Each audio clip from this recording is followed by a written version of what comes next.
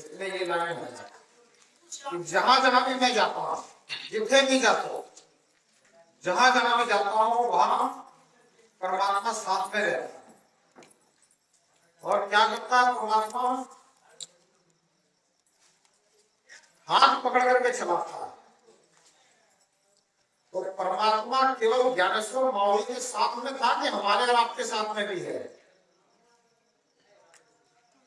क्या विचार है आपका? है हमारे और आपके साथ में कि नहीं?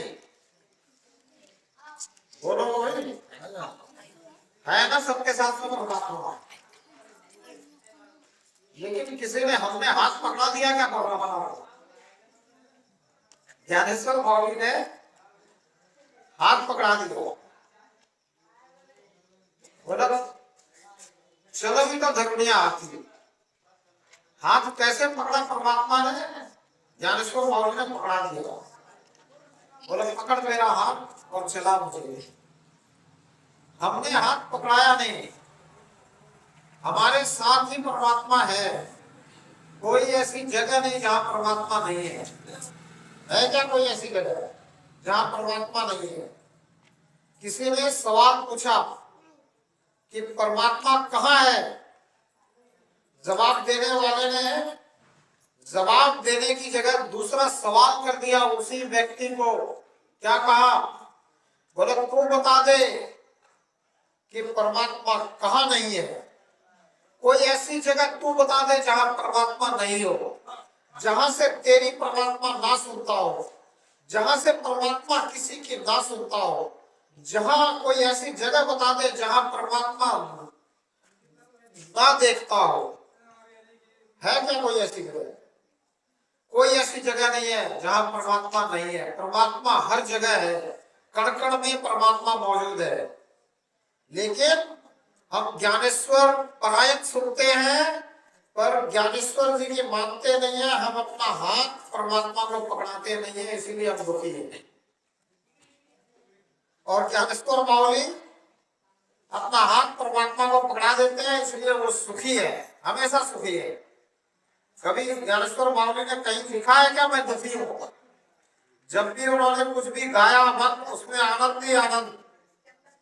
उन्होंने जो भी लिखा उसमें सुख ही सुख, आनंद का रस मिल रहा है, प्रेम का रस मिल रहा है, झरना बह रहा है। ज्ञानेश्वर परायण में प्रेम का बह रहा है कि नहीं बह रहा? क्यों बह रहा है? क्योंकि उन्होंने अपना हाथ पकड़ा दिया परमात्मा को। और हमारी गलती क्या है? हमने परमात्मा को अपना हाथ पकड़ाया नहीं। हमें अपनी गलती सुधारनी चाहिए कि नहीं सुधारनी चाहिए? बोलो जरा जोर से। बस बच्चों को सुधारना है कि हमारे बुजुर्गों को भी, बड़ों को भी सुधारना है? मैं यही बात कहता हूं कि अगर हम ज्ञानेश्वर को मानते हैं, अगर हम संत ज्ञानेश्वर को अच्छा समझते हैं, अगर संत ज्ञानेश्वर अच्छे थे और उनके कर्म अच्छे थे, उन्होंने अगर परमात्मा को हाथ पकड़ाया इसलिए उनके कर्म अच्छे थे, इसलिए उनको अच्छा मानते हैं और उन्होंने सुखी जीवन जिया, आनंद का जीवन जिया। और सिर्फ खुद ही आनंद का जीवन नहीं जिए, सिर्फ खुद ही सुखी हुए ऐसा नहीं है, उन्होंने औरों को भी सुखी किया। औरों के जीवन में भी आनंद आया। और आज तक ज्ञानेश्वर परायण पढ़ के लोगों के जीवन में आनंद आता है। आता है कि नहीं आता? आता है ना? जितनी देर हम ज्ञानेश्वर परायण पढ़ते हैं, जितनी देर सुनते हैं, उतनी देर हमारा मन आनंदित रहता है। और सुनने और पढ़ने के बाद में अगर हम ज्ञानेश्वर परायण के बारे में सोचते रहे, ज्ञानेश्वर मावली के बारे में सोचते रहे, ज्ञानेश्वर मावली का चिंतन करते रहे, मनन करते रहे, तो भी आनंद आता। क्यों? क्योंकि ज्ञानेश्वर मावली ने अपना हाथ परमात्मा को पकड़ा दिया। और जब पकड़ा दिया तभी साथ लेके चल रहा है। बोला चलो भी तो धर्मिया आती। तो मैं तो सिर्फ एक ही बात कहता हूं इस किनगांव जगतू में, इस पवित्र भूमि में, कि अपने अपने को परमात्मा के समर्पित कर दो। अपना अपना हाथ, अपनी अपनी अंगुली जरा करो यहां आगे। और अंगुली करने से नहीं होगा, सिर्फ मन से, हृदय से, अंदर से अपनी जो बुद्धि है इसको परमात्मा के हवाले करना। फिर मौलिक पकड़ाने की बात नहीं, अपनी जो बुद्धि है, जो अपनी सोच है, जो अपना विचार है, इसको परमात्मा के हवाले करना है कि परमात्मा ये जो तूने मुझे सोचने की शक्ति दी है, ये जो तूने मुझे बुद्धि दी है, ये जो तूने मुझे दिमाग दिया है, ये जो शक्ति, ये जो क्षमता तूने मुझे दी है, इस क्षमता को देने वाला तू है, तो इस क्षमता को बढ़ाने वाला भी तू है, और मेरे अंदर अच्छी सोच पैदा करने वाला भी तू है। इसलिए मैं तेरे प्रति समर्पित होता हूं, और तू मेरे अंदर इतनी अच्छी सोच पैदा कर दे, तू मेरी बुद्धि को इतनी अच्छी बना दे कि मेरा जीवन अच्छा हो जाए। और जिसका जीवन अच्छा हो जाता है ना, उसका जीवन अपने आप सुखी हो जाता है। जिसकी सोच परमात्मा सुधार देता है, जिसकी सोच बुद्धि परमात्मा अच्छी कर देता है, वो फिर हमेशा ही अच्छे कार्य में लगा रहता है, अच्छे काम करता है, और अच्छे कर्म करेगा तो अच्छे फल मिलेंगे।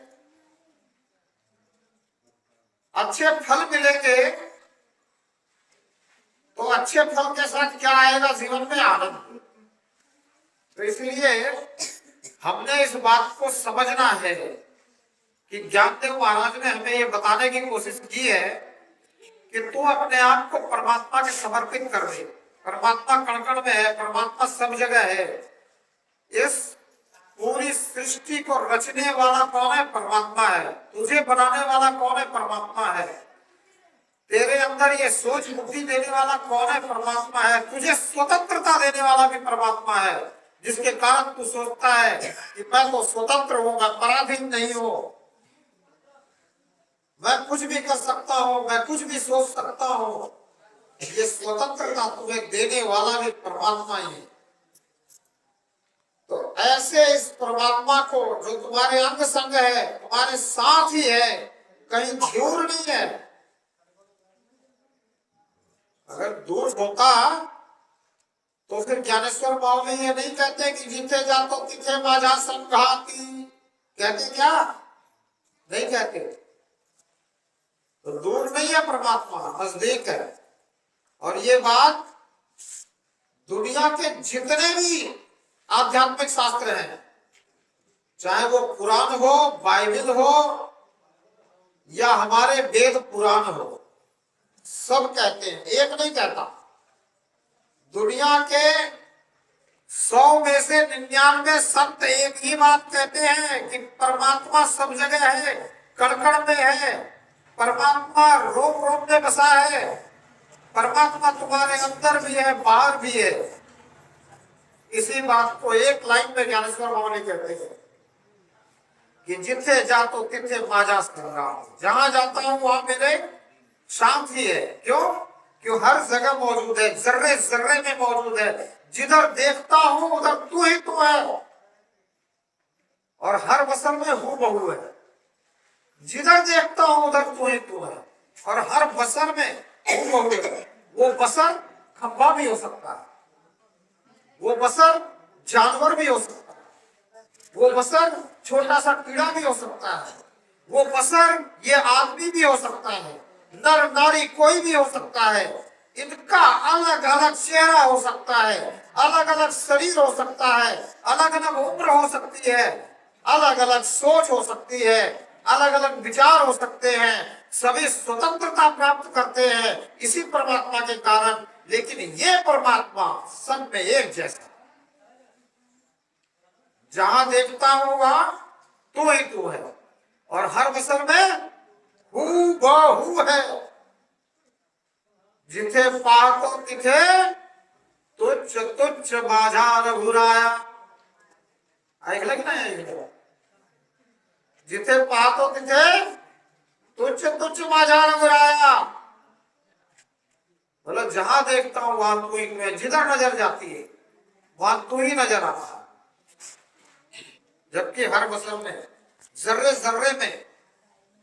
अब इसी बात को कुरान में हजरत मोहम्मद साहब कहते हैं, बोला खुदा हाजिर नाजिर है। खुदा हाजिर नाजिर है। हाजिर मतलब हाजिर किसको कहते हैं? हाजिरी आपण म्हणतो ना, हाजिरी लावली आजची। हाजिरी म्हणजे काय? उपस्थिती। हाजिर म्हणजे काय? उपस्थित। हजरत मोहम्मद साहब म्हणते हैं कुरान मध्ये कि खुदा उपस्थित है, खुदा हाजिर है, नाजिर है। नाजिर म्हणजे काय? नजर के सामने है। तो अपनी नजर बदल, नजरिया बदल जाएगा। दोस्त तेरी नजरों में है, दोस्त तेरी नजरों में है। अगर तेरी नजरों में इनायत हो जाए तो परमात्मा के दर्शन हर पल हर किसी को हो रहे हैं।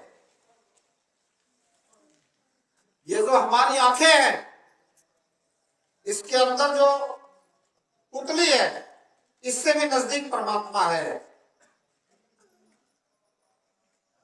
इतना नजदीक है परमात्मा। लेकिन हम क्या सोचते हैं? परमात्मा कहीं दूर है। इसलिए हम क्या करते हैं? इस परमात्मा को मिलने के लिए कहीं कहीं चलते हैं। भेंट करके आएंगे, परमात्मा से मिल के आएंगे। परमात्मा को मिलने के लिए जाते हैं हम, और हमारे पास परमात्मा है, हमारे चारों तरफ परमात्मा है, हमारे अंदर परमात्मा है।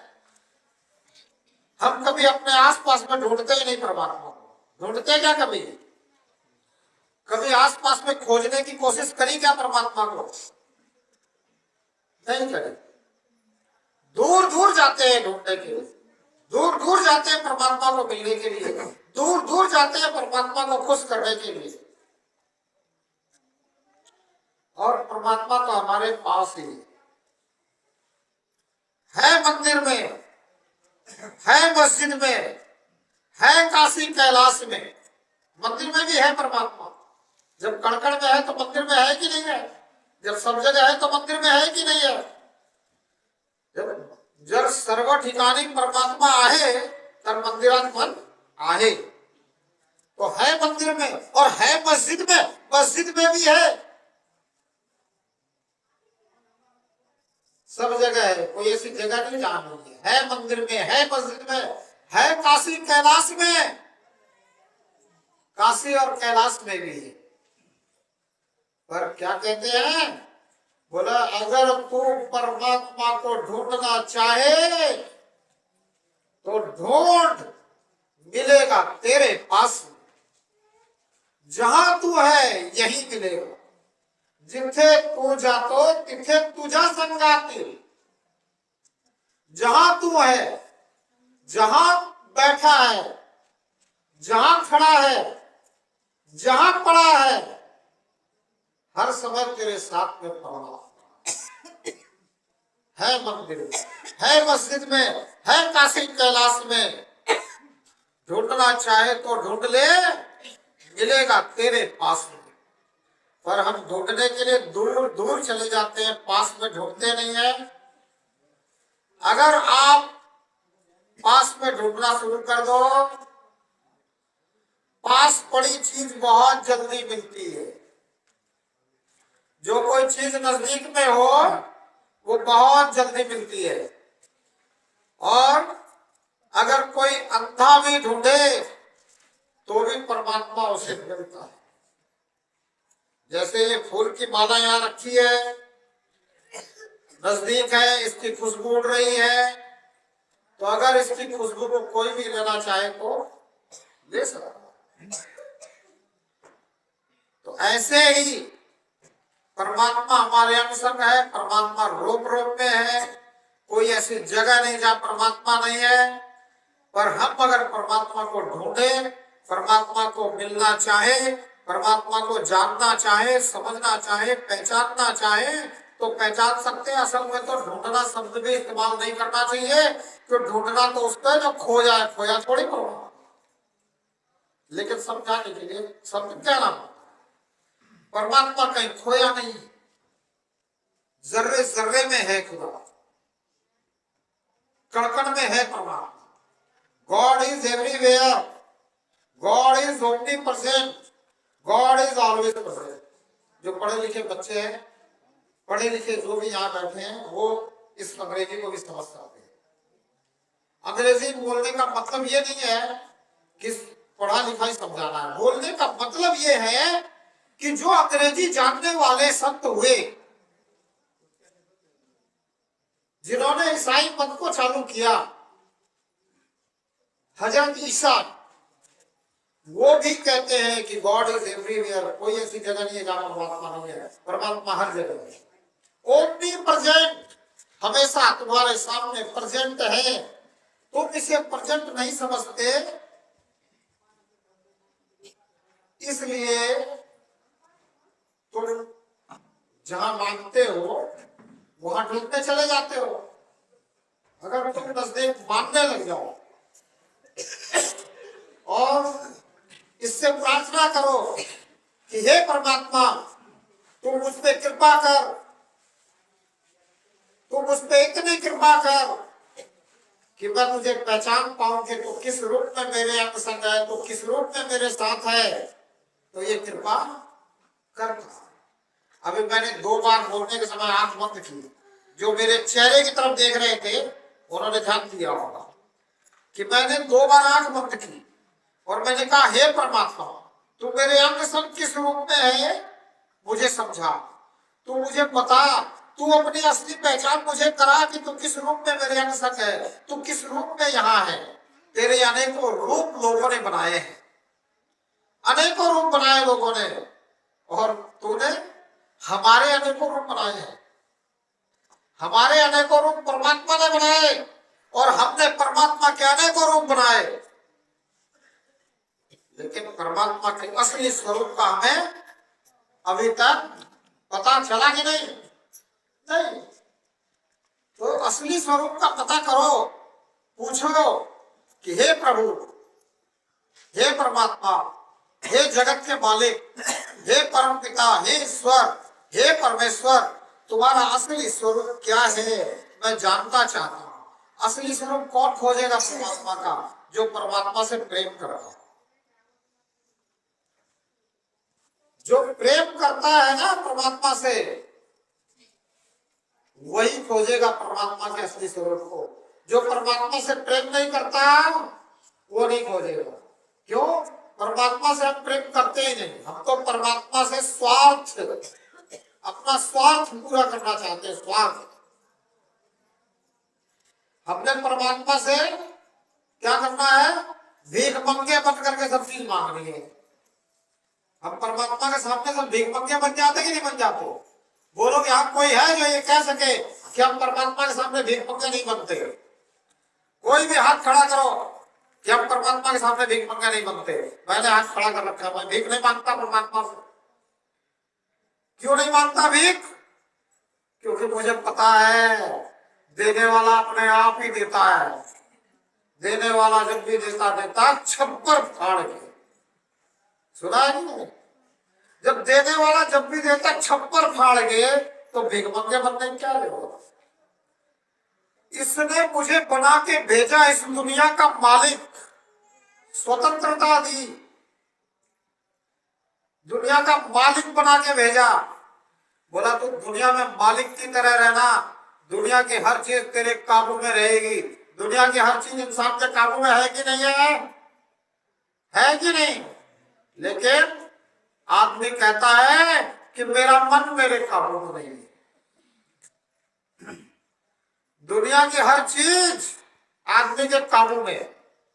आदमी ने शेर को काबू कर लिया, हाथी को काबू कर लिया, आदमी ने आसमान पे परचम लहरा दिया, आदमी मंगल तक जा रहा है, आदमी सूर्य तक भी पहुंचेगा। आदमी के बस में सब कुछ है, पर आदमी क्या कहता है? मेरा तो मेरे मन पे काबू नहीं है, मन मेरा बस में नहीं है। मन क्या है? मन है क्या? किसी को पूछो मन क्या है, बोले यही तो पता नहीं है कि मन क्या है। जब तक यही पता नहीं है कि मन क्या है तो काबू में कैसे करोगे। पता चले कि मन क्या है तो करो ना काबू में, है? जब तक ये पता ही नहीं है कि मन है क्या तो काबू में कैसे करो। मन है विचारों का पुलिंदा, मन है सोच का, जो सोचते हैं हम उसका जो क्रियात्मक अवशेष है ये मन है। अगर हमारी सोच बदल गई तो मन हमारे काबू में आ गया। अगर हमने सही सोचनी शुरू कर दी तो मन काबू में आ गया। अगर हमने एक लाइन पकड़ ली ज्ञानेश्वर बावली की कि जिथे जातो तिथे माझा संघाते चल तो धर्म दिया हाथी, तो मन आ गया काबू में। अरे जहां जाता हूं वहां मेरे साथ चल रहा है परमात्मा और मुझे हाथ पकड़ करके चला रहा है, तो फिर मेरे मन की क्या रह गई? फिर कहां चलेगा मेरा मन? फिर मैं अपने मन से कुछ कर सकता हूं क्या? अपने विचार से, अपनी सोच से, अपनी बुद्धि से कुछ कर सकता हूं क्या? जिसने बुद्धि दी, जिसने सोच दी, जिसने विचार दी, ये परमात्मा मेरा हाथ पकड़ रखा है, तो ये बुद्धि में बैठ करके बुद्धि को उधर ही ले जाएगा ना जिधर इसको ले जाना। तो फिर मेरा मन कहाँ हो गया ना? मन काबू में। तो मन को काबू करने का भी यही उपाय है कि ज्ञानेश्वर बावली की एक लाइन मान लो, बस एक पंक्ति, पूरा ज्ञानेश्वर पारायण याद करने की, सुनने की, समझने की आपकी इच्छा है। खूब सुनो, खूब समझो, खूब इसको याद करो, पढ़ो, पाठ करो, लेकिन एक लाइन तो मान लो। एक लाइन भी नहीं मानते, क्या फायदा है पूरे पाठ का, पूरे पारायण का? एक लाइन तो मान लो कि जिथे जातो तिथे माझा संघाती, चलो भी तो धर्म और पकड़ा दो इसको हाथ। तू मेरे साथ है, पकड़ मेरा हाथ, तू मेरे साथ पकड़ मेरा हाथ, तू मेरे साथ पकड़ मेरा हाथ। क्या दिक्कत है? जब सब कुछ इसी ने करना है, हमने इसी से मांगना है, इसी ने देना है, इसी ने लेना है, जन्म इसी ने दिया, मृत्यु इसी के हाथ में है कि नहीं है? जब सब कुछ इसके हाथ में है, देखना मेरे शब्द पे ध्यान देना, इसके, इसके, इसके, उसके नहीं, उसके नहीं, इसके, उसके नहीं, शब्द पे ध्यान देना। शब्द से विचार बदलते हैं, शब्द से सोच बदलते हैं। इसीलिए हम क्या कहते हैं कि शब्दों को सुनना चाहिए। तो शब्दों में अगर शब्दों को सुनो तो ध्यान से सुनो, ध्यान दो उन शब्दों पे, शब्दों पे। ज्ञानेश्वर पारायण पाठ होता है, आप सुनते हो, समझते हो, ध्यान से सुनो, ध्यान से समझो, और इस एक लाइन को तो बड़ा ध्यान से समझो कि जिथे जातो तिथे माझा संघाती। सिर्फ ज्ञानेश्वर बावली के ही साथ थे परमात्मा, ऐसा नहीं है। ज्ञानेश्वर बावली ये हमारे को समझाना चाहते हैं कि परमात्मा सबके साथ है। मैंने हाथ पकड़ा दिया, तू भी हाथ पकड़ा दे, मेरा कल्याण हो गया, तेरा भी कल्याण निश्चित है। लेकिन हम अपनी कल्याण की बात सोचते ही नहीं। सोचते हैं क्या? हम तो अपने शरीर की कल्याण की बात सोचते हैं। हमने अपने कल्याण की बात कभी सोची? ऐसा बहुत कम लोग सोचते हैं। कुछ लोग तो सोचते हैं कि मेरा कल्याण होना चाहिए, लेकिन ज्यादा से ज्यादा लोग क्या सोचते हैं? शरीर के कल्याण की बात। शरीर तगड़ा हो जाए, शरीर ठीक रह जाए, शरीर संभल जाए, अरे सोचना चाहिए। किराए का मकान है, इसमें रह रहा हूं, इस किराए के मकान को संभालना चाहिए, इसकी सेवा करनी चाहिए, लेकिन तुम खाली इसकी सेवा करते रहो, अपने बारे में सोचो ही नहीं, तो क्या होगा? तुम इसकी सेवा करो। ये शरीर तुम्हारे को परमात्मा ने दिया है, ये परमात्मा की चीज है, इसकी सेवा करो। कबीर कहते हैं जस की तस धर दीनी चदरिया, कैसी रखी? बोले जैसी परमात्मा ने दी थी ये शरीर, ये काया, ये चदरिया मेरे को उड़ाई थी, मैं इस चदरिया के अंदर हूँ और इस चदरिया को, इस काया को, इस शरीर को मैंने जैसी की तैसी रखी है। इसको खराब नहीं होने दिया, इसको मैंने नहीं बिगाड़ने दिया, इसको मैंने बिगाड़ने के लिए कुछ भी नहीं खाया, नहीं पिया।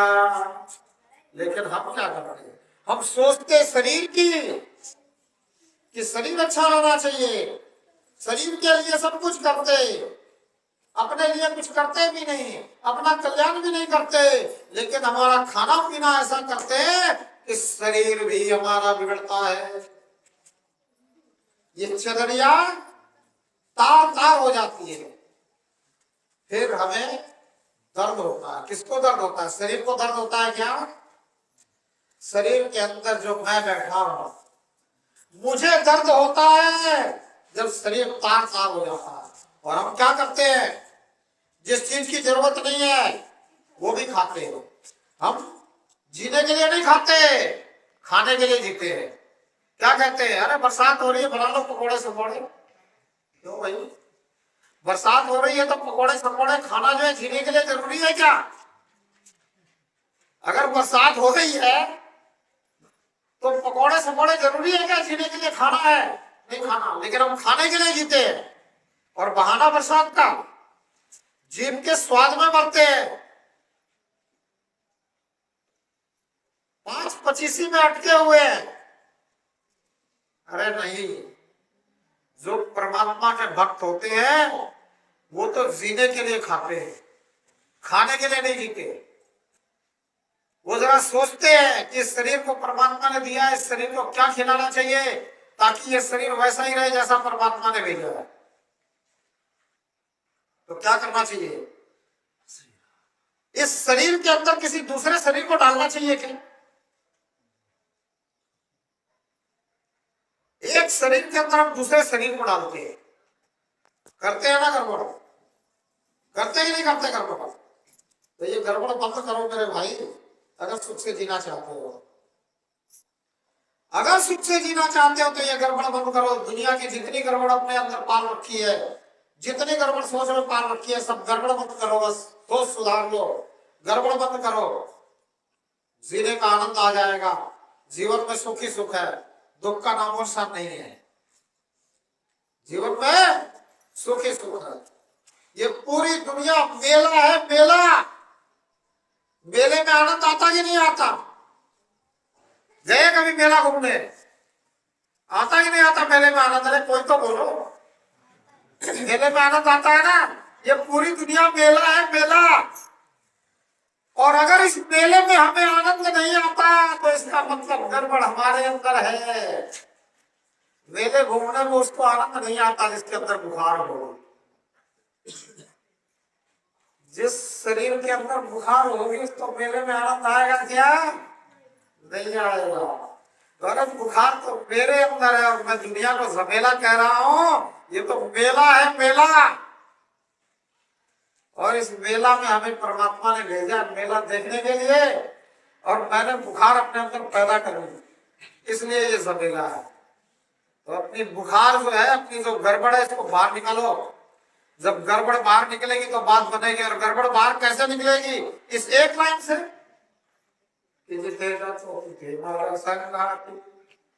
चलो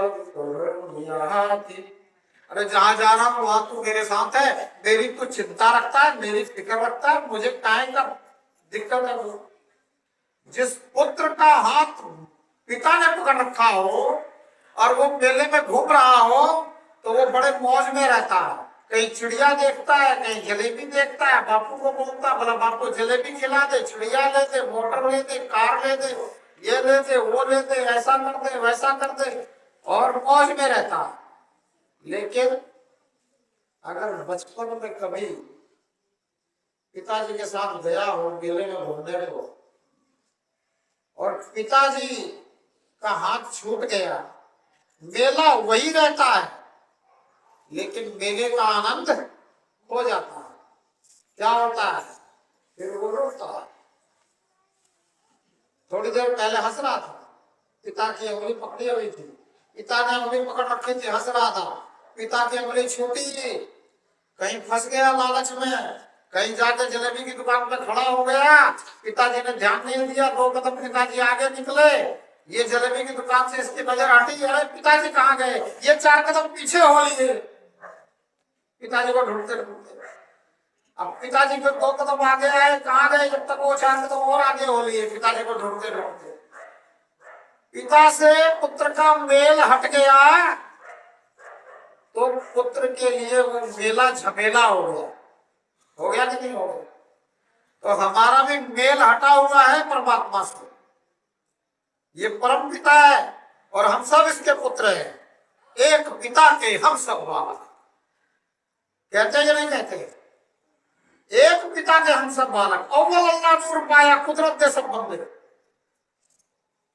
बोले एक परमात्मा के हम सब बालक हैं और हमने अपनी उंगली से छुड़ा ली है, इसीलिए ये दुनिया हमें झमेला लगती है, इसीलिए हम दुखी हैं, इसीलिए हम रो रहे हैं, इसीलिए हम परेशान हैं,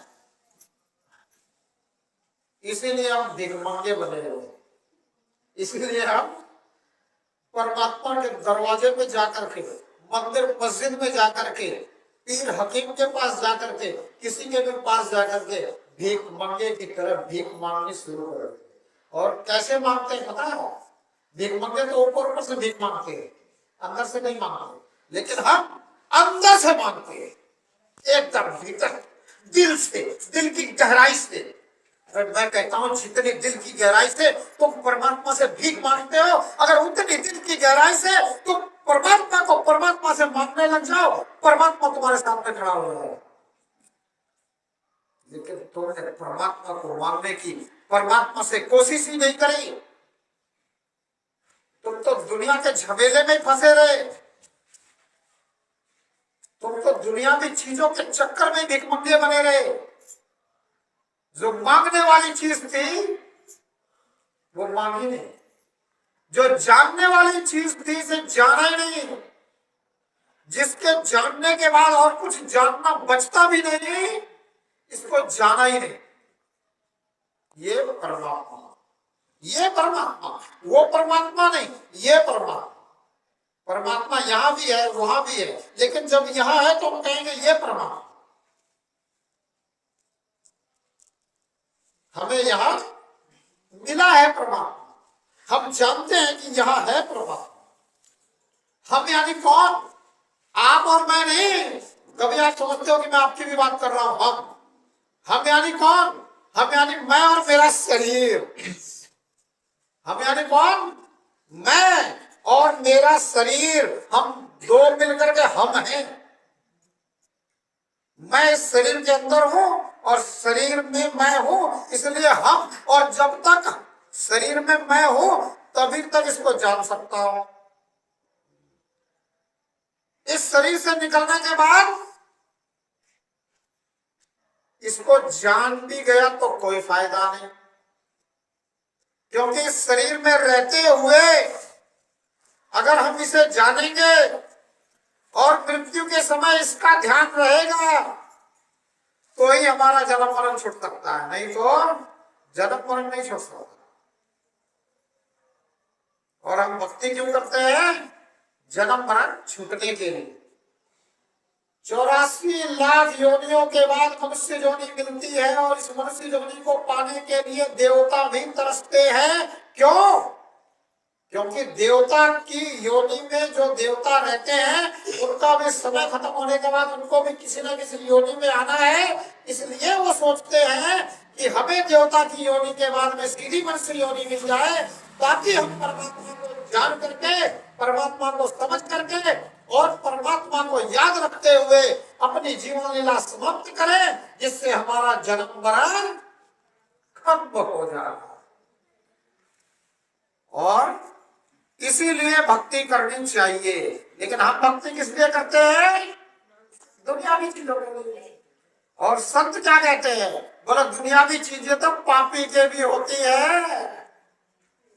तुम भक्त हो करके, तुम परमात्मा से प्रेम करने वाले हो करके तुम भक्ति करने वाले होकर के भी यही सब चीजें मांग रहे हो, तो तुम्हारे में और पापी में अंतर क्या है?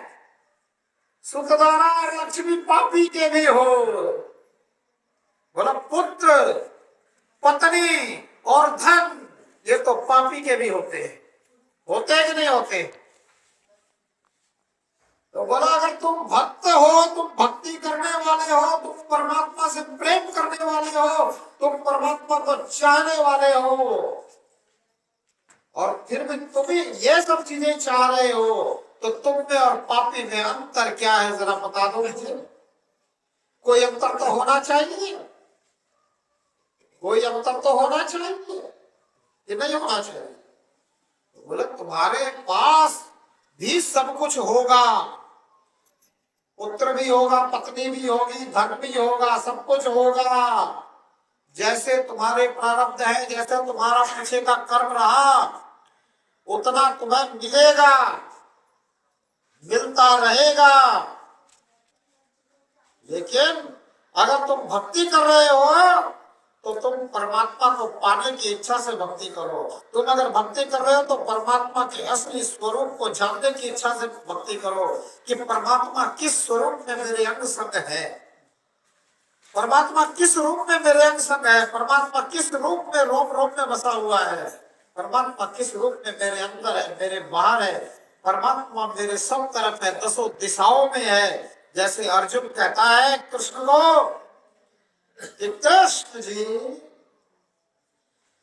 मैं आपके लिए चारों दिशाओं में प्रणाम करता हूँ, दसों दिशाओं में प्रणाम करता हूँ, मैं आपके आगे भी प्रणाम करता हूँ, पीछे भी प्रणाम करता हूँ, दाएं भी प्रणाम करता हूँ, बाएं भी प्रणाम करता हूँ। क्यों भाई?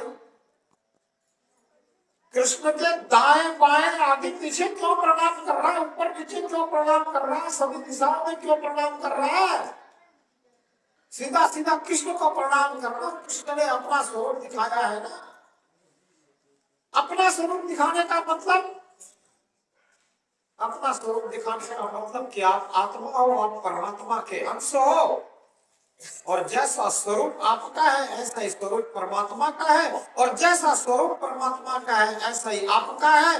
बस सिर्फ फर्क इतना है कि परमात्मा विशाल है और आप सूक्ष्म हो। आप परमात्मा के अंश हो, आत्मा परमात्मा का अंश है।